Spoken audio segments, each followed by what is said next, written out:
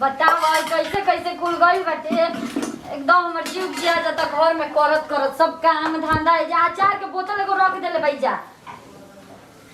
बुझाते नहीं के का करी एगो बिया तो जिन चमका के चलतिया। खाना नहीं के बनल का हो अभी?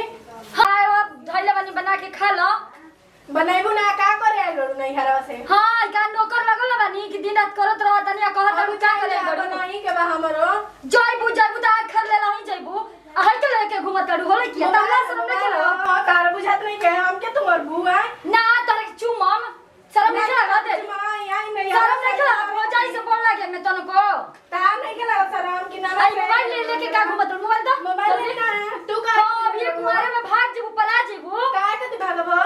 तू भागले ना का नहीं हरवा से? हां भागले रहल हां जींस पहन के चल तो मेरे को कहते कि जींस तेरा बुझात नहीं के तन कियो तोरा नहीं के बुझाता का हमरा बुझात तेरा शरम लागता कैसे पड़ हो जाए के बोलत है तू के गाने बोलत या तू रहू तो खाली तार बुझात नहीं के तो बैठो मोबाइल तो है मोबाइल खाली भी तो भर के बाड़ू लेके घुमत रहो चल चल आओ का बुझात नहीं ना तन ए पतइयो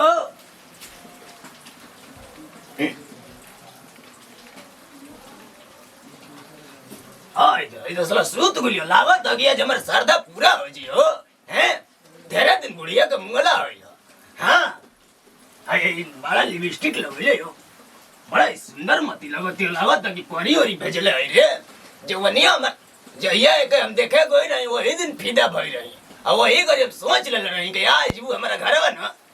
तो के फटाक सुना हम ऐसे ऐसे करम तो के बड़ा नीक लगे हां एक बार हम देखो थे पड़वा नहीं के ना न पड़वे हो न गुंगे आय हो दादा आज लोग लड़ल हां भगवान हमके बड़ी साचा जा हैं ए भगवान ओए ये बहुत स्मार्ट है यो रे एकदम सुंदर मती लागत है कितना सुंदर हले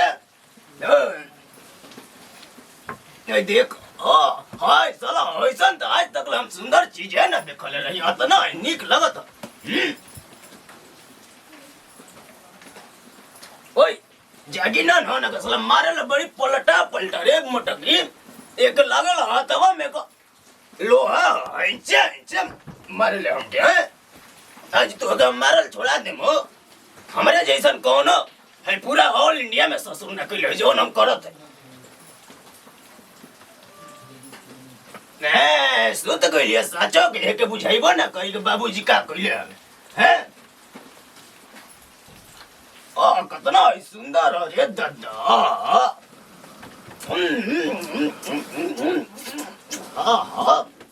बहुत नीक हो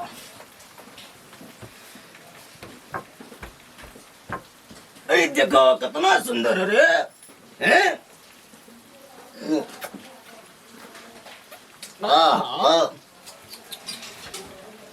नींद आवता अब रे आए सर हमके पाड़ा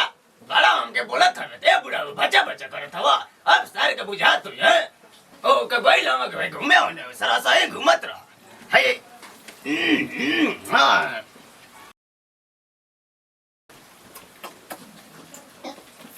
अब एकर काम हो गए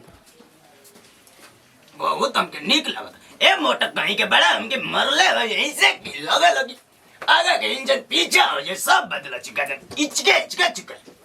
हां ओ ये बाबू ए पता ये काय करे खा मांगे आइलो बा ये चिकवा हां न ती तार लाजू नहीं खेला कर तोरा क्यों लाजू शर्म नहीं खेला का बोलो आई देखी ना सुधर आई हम अब पता ना कुला मरी इज्जत ले ले लंजी दे ए हो को दिलम जा हमर साड़ी उड़ी सब ए भैया हमें से खाए मंगाई लाई हो लाज नहीं खाओ बाबा हम बाप दाखिल बाबा कर को बो और सारे इज्जत ले ले हमें से खाए मांगत रहिए ए इरा मार लाज नहीं खाओ मतलब हां ए भैया हम सही कसम कहते महतारी कसम खाते हो कैसे झूठ बोलत हो झूठ बोलते साड़ी सब हमारे का को दिल बनते आई हो हम पूरा जान जाए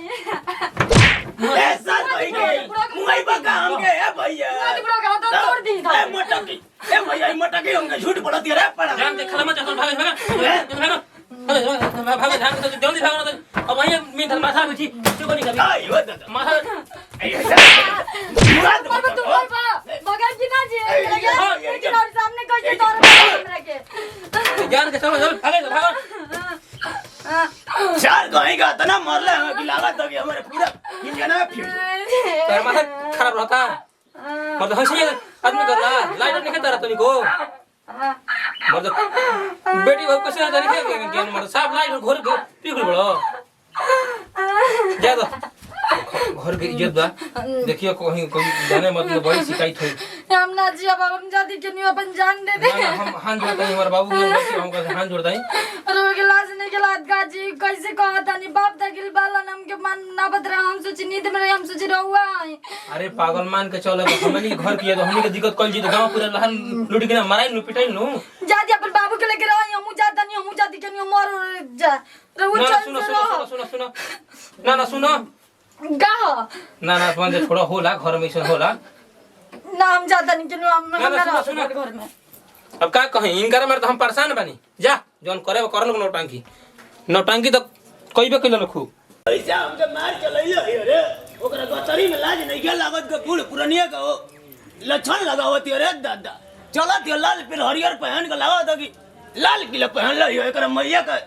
करे जवत हो ऐसन मरले ये भैया लोग का हमको जा ये बूढ़ी हमके छोड़ के चल गइलू हो ये रानी हो हमके छोड़ी गइलू हे रानी बहुत मरले रे दादा वो के इचको शरम गतरी में ना लागलो सर कहीं के होके हम पूछ के जवान को ये सर होके काला में हमके मारत रे ए सर कहीं के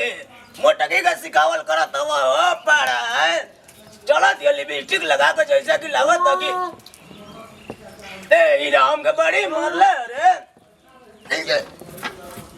मुर्गा मती मरले हम के रे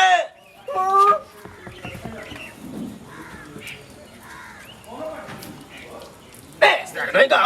हमके मारत हो हमके मारले गोदन कूट कूट करे हमके पड़ावा पड़िया मिल के मारले यो ये हमारे हीरा बहुते मारले हो आगे के इंजन पीछे कर देले हैं